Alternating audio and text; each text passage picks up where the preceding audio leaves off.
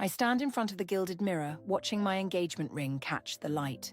3 carats of pure manipulation wrapped around my finger like a golden shackle. The ballroom behind me buzzes with the chatter of Boston's elite, but all I hear is the clock ticking down to my public execution. Valentina, that's me, the marketing manager who dared to capture the heart of Karen Wellington's precious son. Or so the society papers say. There you are, darling. Ethan's reflection appears beside mine, his hand settling on my waist. Perfect teeth, perfect hair, perfect posture, everything his mother demanded of her golden child. Mother's about to make the toast. She's been planning this moment for weeks. Of course she has. I force my lips into the smile I've practiced 1,000 times. Wouldn't want to disappoint her. The grand ballroom of the Wellington estate stretches before us like a battlefield dressed in crystal and silk. 200 of Boston's finest gathered to celebrate our engagement, or rather to witness Karen's latest power play. Sophie catches my eye from across the room, raising her champagne glass in silent support. At least one person here isn't buying into this charade. Ladies and gentlemen, Karen's voice cuts through the crowd like a diamond through glass. She stands at the center of the room, commanding attention in her Valentino dress that probably costs more than my yearly salary. We're gathered here today to celebrate not just an engagement, but a merger of families. The crowd titters. Marcus, Ethan's father, smirks from his position beside his wife. I feel Ethan's hand tighten on my waist. When Ethan first mentioned he was dating someone from marketing, Karen continues, her pause calculated for maximum effect, I must admit, I was concerned. After all, the Wellington name carries certain expectations. My chest tightens. This isn't going where I thought it would. But then I realized, perhaps this is exactly what our family needs. Someone to handle our public image. She smiles, all teeth and no warmth. Though I do hope, Valentina dear, that you'll consider pursuing something more befitting your new position. Perhaps as a full-time mother. The Wellington legacy must continue after all. The room erupts in polite laughter. I feel the heat rising in my cheeks, but I keep my smile frozen in place. Years of practice hiding my emotions from difficult clients finally paying off. And of course, Karen adds, lifting her glass higher, we've already arranged for Ethan to take over as CEO of our East Coast operations. Can't have our future daughter-in-law out-earning her husband, can we? More laughter. Ethan's hand drops from my waist. He's not even looking at me anymore. To the happy couple, Karen concludes, her voice dripping with false sweetness. May they understand their proper places in this family. The crowd raises their glasses. I catch Sophie's expression, pure fury on my behalf. But it's Daniel, Ethan's younger brother, whose reaction interests me most. He's watching his mother with an expression I've never seen before. Calculated hatred. Darling, Ethan whispers, finally noticing my rigid posture. Mother means well. She's just traditional. Traditional? Like the way she systematically destroyed my father's construction company last year.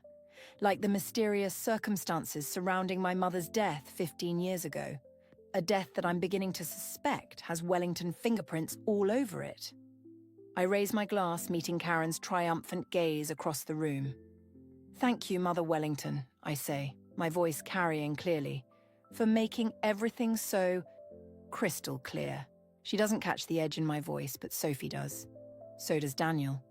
They're the only ones who see my smile shift from practiced politeness to something harder, colder. Karen Wellington just handed me the perfect weapon, her own arrogance. She thinks she's putting me in my place, but all she's done is show me exactly where to strike. I take a sip of champagne, already plotting. This engagement party isn't an end, it's a beginning. And Karen has no idea what she just started. The morning after the engagement party, I sit across from my father at our usual diner, pushing eggs around my plate while he reads the society page coverage of my humiliation. His knuckles whiten around the newspaper edges.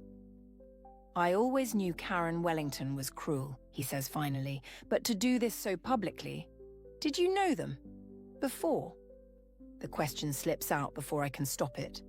I've never asked about his connection to the Wellingtons, despite suspecting there's more to the story than he's told me. He sets down the paper, and for a moment, I see something flash across his face. Fear, maybe, or anger, but it's gone before I can be sure. Boston's a small world when you're in real estate development. The bell above the diner door chimes. Ethan walks in, spotting us immediately. Perfect timing, as always. My father's expression closes off like a vault. "There's my beautiful fiancé," Ethan announces, sliding into the booth beside me. He kisses my cheek, all performance. "And future father-in-law, I hope you enjoyed last night's celebration." My father's smile doesn't reach his eyes. "Quite the speech your mother gave. Mother can be traditional." Ethan's hand finds mine under the table, squeezing too tight. "But she means well. Actually, that's why I'm here. She'd like to have lunch with you today, Valentina, to smooth things over." I extract my hand from his grip. "I have meetings all day." "I've already cleared your schedule with your supervisor." His smile doesn't waver. Mother's very persuasive when she wants something. The implications sink in. Karen's reach extends into my workplace now. I meet my father's gaze across the table, seeing my own alarm reflected there. "You know what?" I stand abruptly. "I need some air. Excuse me." Outside, the autumn air bites at my skin. I hear footsteps behind me. Ethan, of course, always following his mother's script. "You're being difficult," he says, catching my arm. "Mother's trying to make amends." I turn to face him. "Like she made amends with the Harrison family." He flinches. "The Harrison family, their development company, went bankrupt last year after dealing with Wellington Enterprises. I discovered the connection during my background research on Karen." "That was business," he says carefully. "This is family." "Is there a difference in your mother's world?" His phone buzzes, Karen's special ringtone. He answers immediately, turning away from me. "Yes, Mother. No, she's being difficult. I understand. Yes, I'll handle it." Handle it. Like I'm a problem to be managed. When he faces me again, his expression has hardened. "The lunch isn't optional, Valentina. Either you show up willingly, or Mother will make things very uncomfortable for you at work." "Are you threatening me?" "I'm protecting you." He steps closer, lowering his voice. "You don't know what Mother's capable of when she's crossed." "But I do know. I've spent months piecing together the trail of destroyed careers and broken lives left in Karen Wellington's wake, including, I suspect, my mother's death, though I can't prove it yet." "Fine," I say, forcing a smile. "Tell your mother I'll be there." Relief floods his face. He kisses my forehead, missing how I stiffen at his touch. "That's my girl. I'll have the car pick you up at noon." I watch him leave, then pull out my phone to text Sophie. "Need your help. Lunch with the devil today. Time to start phase 2. Her reply comes instantly. "Already on it." "Daniel reached out, says he has information we need." I glance back through the diner window. My father sits alone now, staring at his coffee like it holds answers. He looks older suddenly, weighted down by secrets I'm only beginning to understand. My phone buzzes again. Sophie sending an address. A meeting point with Daniel, away from his family's watching eyes. If he's really willing to turn against his mother, it could change everything.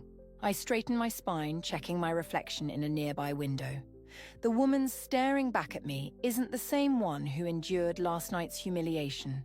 She's harder now, sharper at the edges. Karen wants to have lunch? Fine.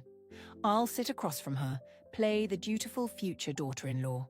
But while she's busy trying to put me in my place, she won't notice me learning all her weaknesses. After all, she taught me herself. The best attacks come disguised as submission. The private dining room at Leblanc feels like a trap, all crystal and white tablecloths. Karen sits across from me, perfectly composed, while Marcus hovers near the window, phone pressed to his ear. Their voices drift around me, discussing business as if I'm not here. "The Harrison portfolio," Marcus says into his phone. "Yes, all of it. Transfer everything by Monday." My fork freezes halfway to my mouth. The Harrison portfolio, my father's former business partner. The same company Karen destroyed last year. "More wine, dear?" Karen's voice drips honey. She's watching me, always watching. No, thank you. I set down my fork. Actually, I'm curious about something.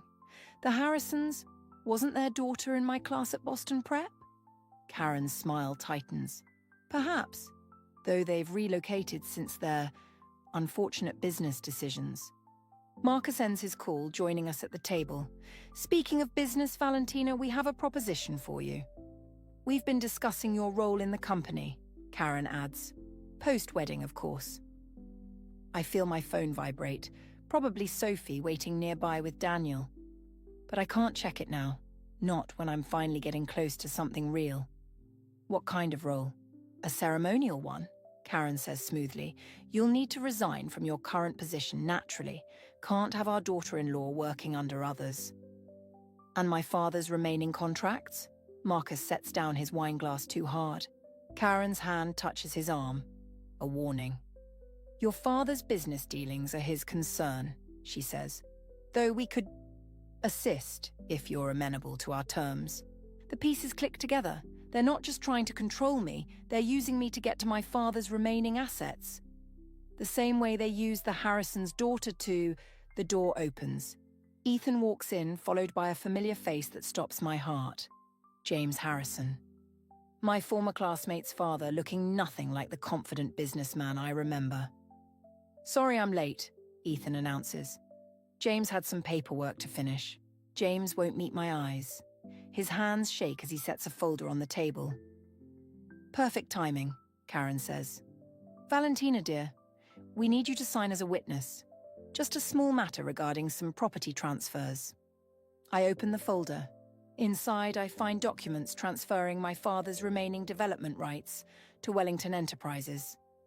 They've forged his signature, perfectly, professionally. But it needs a witness to be legal. They want me to be that witness. James? My voice comes out steadier than I feel. Are you okay? Just sign it, Valentina, Ethan says quietly. Please. But I'm watching James. The defeat in his posture, the fear when he glances at Karen. This is how they do it. How they've always done it. Using family against family, forcing people to destroy themselves. I stand up slowly. I need to use the restroom. Sit down, Marcus snaps, but Karen raises a hand. Let her go. She needs time to understand what's best for everyone. In the hallway, I finally check my phone. 3 messages from Sophie. Daniel found the files. It's worse than we thought. Your mother's accident. It wasn't an accident. My hands shake as I type. Get everything to my father. Now. When I return to the dining room, they're waiting exactly as I left them. Like predators, patient and confident. Ready to sign? Karen asks. I pick up the pen, studying its weight. 15 years ago, my mother died in a car accident after discovering something about Wellington Enterprises. Now I'm sitting across from the people responsible, watching them try to destroy another family. Actually, I say, I have a counter-proposal. I pull out my phone, opening the recording app that's been running since I entered the restaurant. Karen's eyes narrow as she realizes what I'm holding. You really should be more careful discussing illegal property transfers in public spaces, I say. Especially when threatening people into compliance. Marcus stands abruptly. Ethan reaches for my arm, but I step back. You have no idea what you're doing, Karen says, her mask finally cracking. No, I reply. I think for the first time, I know exactly what I'm doing. I turn to James. The Harrisons send their regards. And their evidence. The colour drains from Karen's face. In this moment, watching her perfect world begin to crack, I finally understand.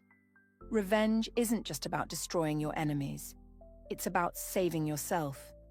Sophie's apartment feels like the last safe place in Boston. We sit surrounded by papers and laptops, piecing together the puzzle of Wellington Enterprises' corruption. Daniel paces by the window, his shadow cutting through the afternoon light. They killed her, I say, staring at the accident report from 15 years ago. My mother wasn't investigating real estate fraud. She found evidence of money laundering. Daniel stops pacing. The offshore accounts. That's why they're so desperate to get control of your father's company now. They need a legitimate business to... A knock at the door silences us. Sophie checks the security camera and tenses. It's Ethan. My engagement ring feels like it's burning my finger. Let him in. Ethan enters, his usual polish cracked around the edges. His eyes land on Daniel first, then the scattered documents. So this is where you've been hiding, brother. Not hiding, Daniel says. Just finally choosing a side. Ethan runs a hand through his hair. A gesture so like his father's, it makes my skin crawl. Val, we need to talk. Alone.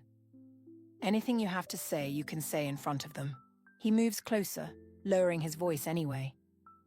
Mother knows about the recording. She's prepared to make things very difficult for your father if you don't hand it over. More difficult than destroying his business? Or having his wife killed? Ethan flinches. You don't understand. I understand perfectly. I stand, forcing him to step back. Your mother didn't just kill my mother. She's been systematically destroying families for years. The Harrisons were just the latest. Everything she did was to protect our family. Was it protection when she arranged Daniel's girlfriend's deportation last year? Daniel's sharp intake of breath tells me he didn't know I'd discovered that particular secret. Ethan's face goes pale. That was business, he says weakly. It's all business with your family, isn't it? I move to the window where a manila envelope sits ready. Which is why you'll understand what I have to do next. I hand him the envelope. He opens it, scanning the contents with growing horror. These are copies of everything, I tell him. Bank records, falsified documents, witness statements about my mother's accident. The originals are all ready with the FBI. You're bluffing. Check your phone. As if on cue, his phone buzzes. He reads the message, color draining from his face. Mother's being questioned by federal agents, along with your father and half the board. I twist the engagement ring off my finger. Consider this my resignation from the Wellington family. He grabs my arm. You don't want to do this. We can still fix things. Like you fixed things for the Harrisons? Daniel steps forward. Or my girlfriend? Or Valentina's mother? I didn't know. Ethan's grip tightens. About any of it, I swear. But you suspected, I say quietly.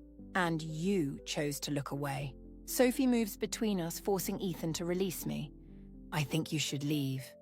He backs toward the door, desperation replacing his usual confidence. Val, please. Whatever Mother did, I'm not her. No, I agree. You're worse. She at least owns what she is. After he's gone, Daniel turns to me. You really sent everything to the FBI? Not yet. I pick up my phone. But Karen doesn't know that. Right now, she's probably destroying evidence we haven't even found yet. Sophie grins. And security cameras are recording every minute of it.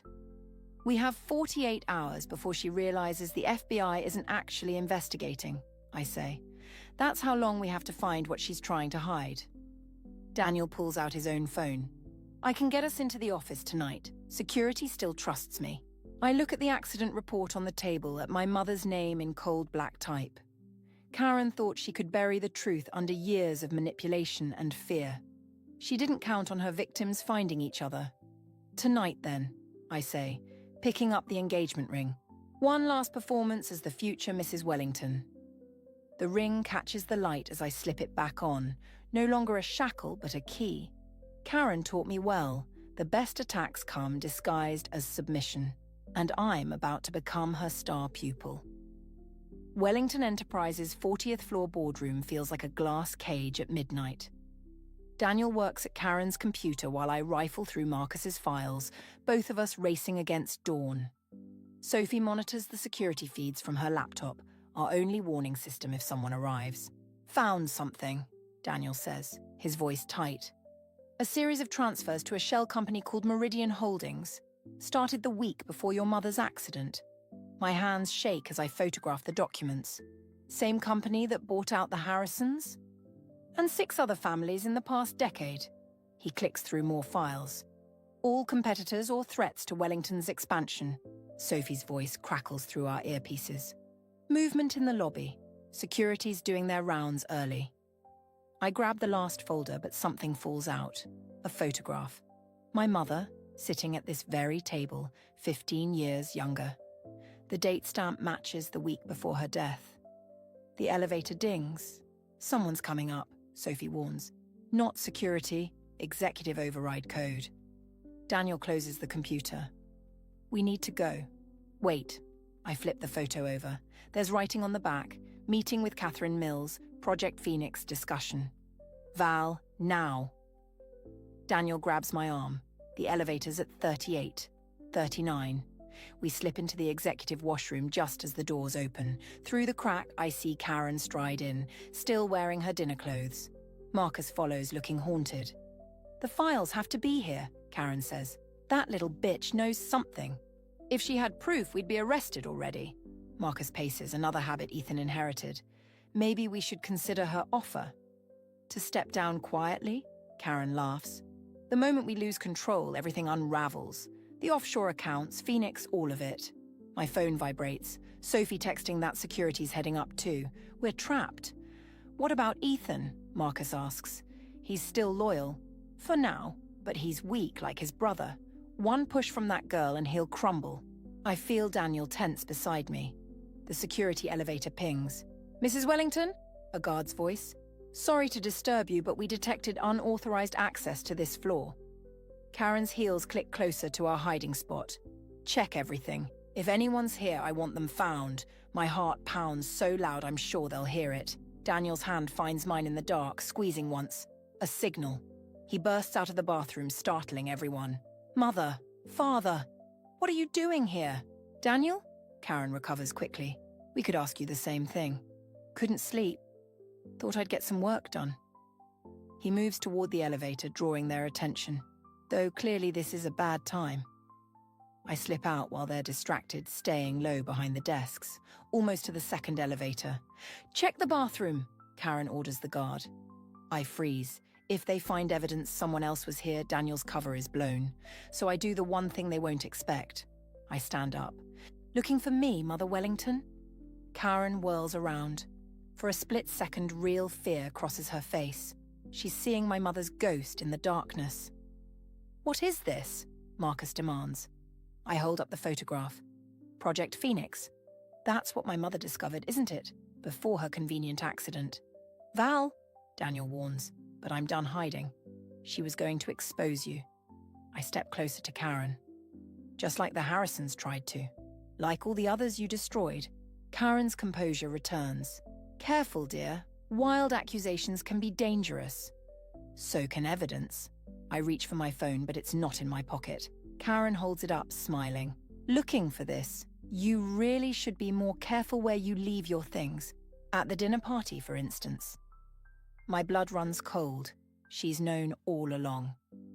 Security, she says smoothly. Please escort my future daughter-in-law out. And Daniel? Her voice hardens. We'll discuss your involvement later. As the guards lead me to the elevator, Karen calls out, Oh, and Valentina. Do give your father my regards. Such a shame about his new development project falling through tomorrow. The doors close on her triumphant smile. In my earpiece, Sophie whispers, Val, what do we do now? I watch the floor numbers descend, each one bringing me closer to a decision. Karen thinks she's won, that she's beaten me the same way she beat my mother. But she forgot something crucial. My mother fought alone. I touch my engagement ring, where I hid the real memory card. Tell Lily to release the first batch of documents to the press. It's time everyone learned about Project Phoenix. The game isn't over. It's just getting started. The Wellington Enterprises annual gala feels like a funeral dressed in designer clothes. News of Project Phoenix has been spreading through Boston's business circles for 3 days, and I can see the whispers following Karen across the ballroom. But she's still smiling, still commanding the room like nothing's wrong. I adjust my black evening gown, the one Ethan's parents bought me, their perfect puppet daughter-in-law. Sophie's voice comes through my earpiece. FBI's reviewing the evidence. They'll move within hours. But hours might be too late. I watch Daniel weave through the crowd, pale and shaken. He reaches me just as Karen takes the stage. She knows, he whispers, about everything. The evidence, the FBI, all of it. Distinguished guests, Karen's voice fills the room. Before we begin tonight's festivities, I have an announcement. My phone buzzes, a text from my father. They're seizing the company, all assets frozen. Our family has always valued transparency, Karen continues, her eyes finding mine in the crowd, which is why I must address the recent rumors about Project Phoenix.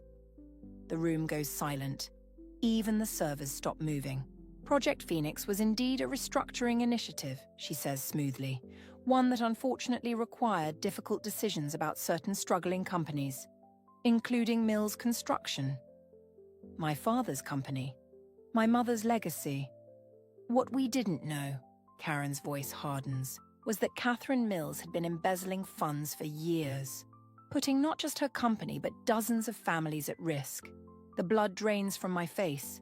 She's rewriting history, turning my mother into the villain. Thankfully, her daughter's recent actions helped us uncover the full scope of her crimes. Karen's smile is razor-sharp. Valentina, dear, would you join me?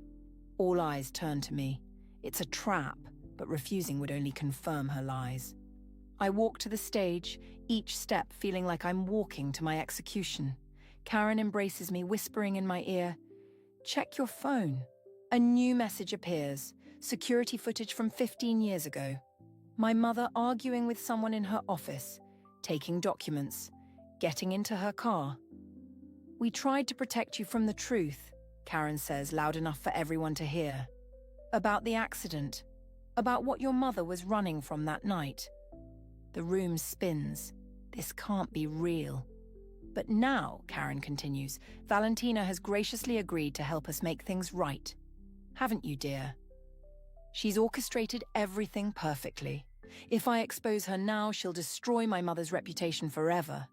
If I play along, everything we've worked for disappears." "Actually," I start, but Ethan suddenly appears beside me.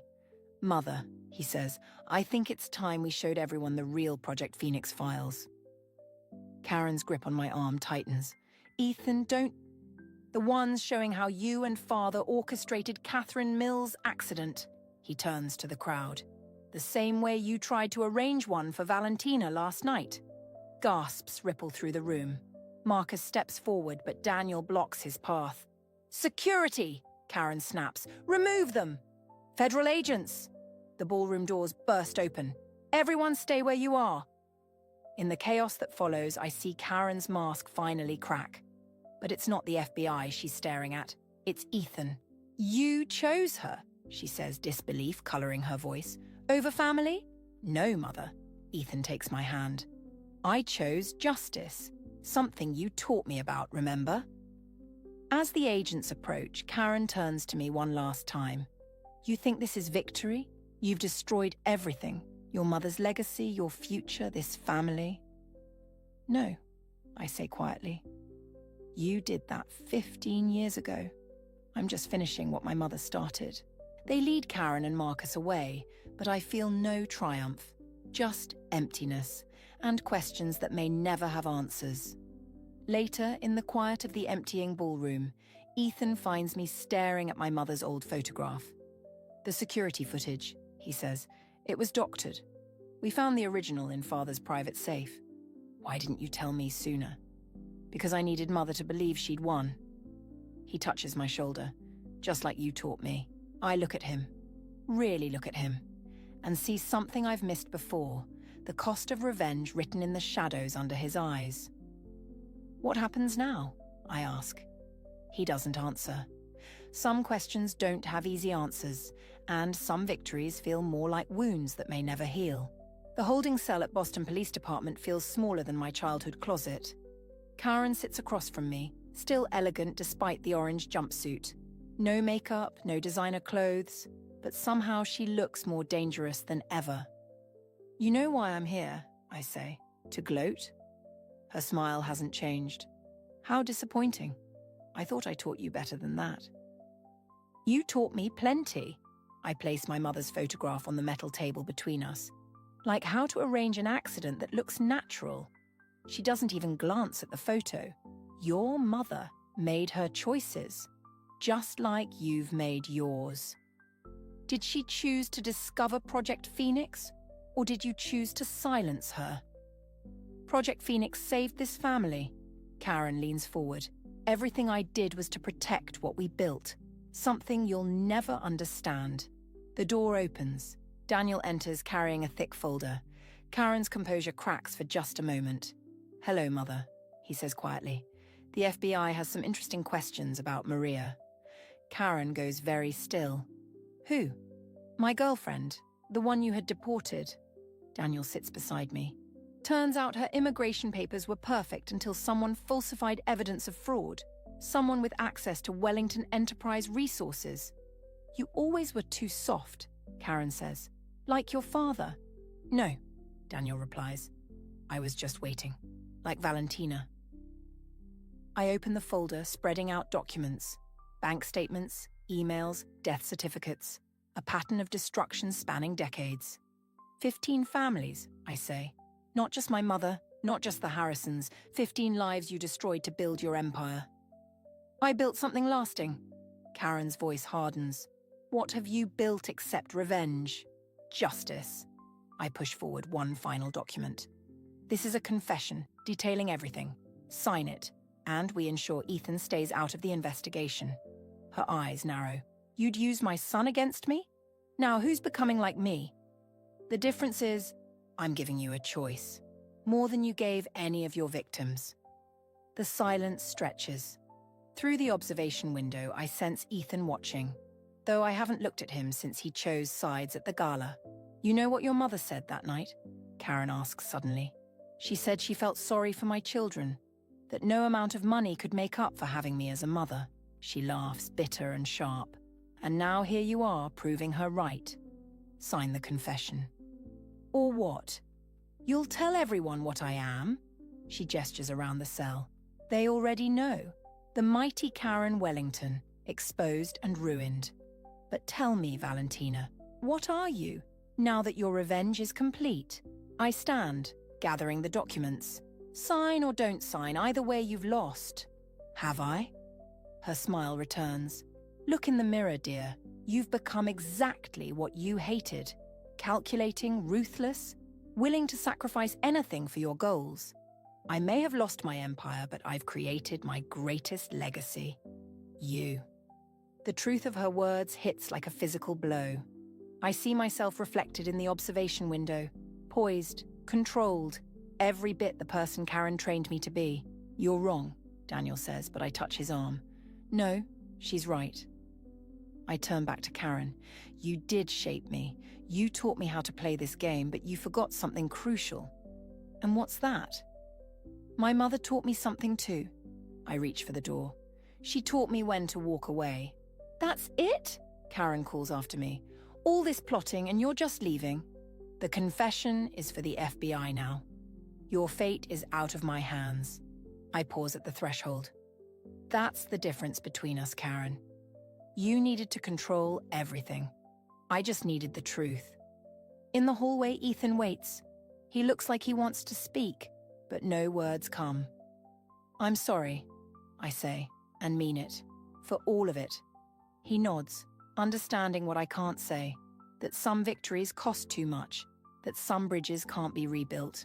Behind me, I hear Karen calling for her lawyer. Always fighting, always controlling, until the very end. But her voice fades as I walk away, replaced by a memory of my mother's laugh, bright and free and finally at peace. Some revenge isn't about destruction at all. Sometimes it's about choosing to be something different than what they tried to make you. My mother's headstone looks different in the morning light. I've always visited at sunset, when shadows make everything feel heavier. But today, as I place fresh flowers beside her name, the marble gleams almost hopefully. "I thought I'd find you here." My father's voice steady and familiar. He sits beside me on the cool grass, his tie loosened from another day of rebuilding our company from the ashes of Wellington Enterprises. "The verdict came in," I say. He nods. 20 years for Karen, 15 for Marcus. "And the restitution payments to the families?" "Being processed. The Harrisons got their company back this morning. He pauses. Daniel's doing good work, restructuring everything. The mention of Daniel brings thoughts of Ethan, but I push them away. Some bridges stay burned. There's something else, my father says, pulling out an envelope. They found this in Karen's private safe. It's addressed to you. The paper feels heavy in my hands. Inside, I find a photograph I've never seen before. My mother and Karen, both young, both smiling, standing in front of Mill's construction. They were friends, my father says quietly, before everything. Karen was different then. Ambitious but not cruel. Your mother saw the changes happening, tried to help her. He trails off.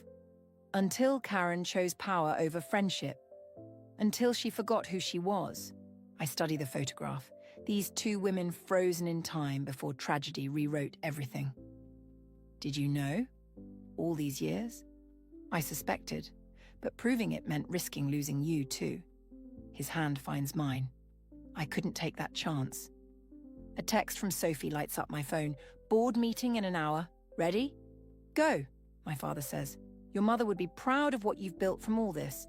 The Wellington building looks different now. Its imposing facade somehow less threatening. In the lobby, Lily greets me with coffee and updates about the transition. The elevator feels lighter as it carries me to the top floor. The boardroom is full when I enter. Daniel sits at the head of the table, no longer the uncertain younger son, but a leader in his own right. The other board members, mostly new faces, untainted by Karen's influence, nod in greeting. Before we begin, Daniel says, I want to address the elephant in the room. Yes, this company was built on corruption. Yes, we're related to the people who caused immeasurable harm. But today, we start making it right. He gestures to the presentation screen where a new company name glows. Phoenix Mills Group. My breath catches. Daniel continues. A joint venture between what's left of Wellington Enterprises and the restored Mills construction. A chance to rebuild what was broken. The boardroom door opens. Ethan steps in, carrying architectural plans. Our eyes meet briefly, not with romance or regret, but with understanding. We're different people now, shaped by choices we can't undo. The first project, Ethan says, spreading the plans on the table, is a community development center, built on the land where Project Phoenix originally started. I study the plans, seeing echoes of both our mothers in the design. Strength and beauty, ambition and compassion balanced in glass and steel. There's one more thing, Daniel adds. He slides a folder toward me. We found evidence that Karen wasn't working alone 15 years ago. There were other board members involved in covering up what happened to your mother. My hand hovers over the folder. Inside lies more secrets, more corruption, more fuel for revenge. But I think of Karen in her prison cell, of how revenge consumed her long before it touched me, of how easy it would be to continue this cycle of destruction. I push the folder back. Send it to the FBI. Let justice handle it this time. Daniel nods, understanding. Ethan's shoulders relax slightly. Around the table, the board members exchange glances, respect, perhaps, or relief. The morning sun streams through the windows, catching on my engagement ring. I twist it off, placing it on the table, not as a gesture of defeat or victory, but as a choice to be something different than what pain made me. Now, I say, turning to the plans, let's build something lasting. Sometimes the best revenge isn't about destroying what hurt you. It's about creating something better from the ruins they left behind.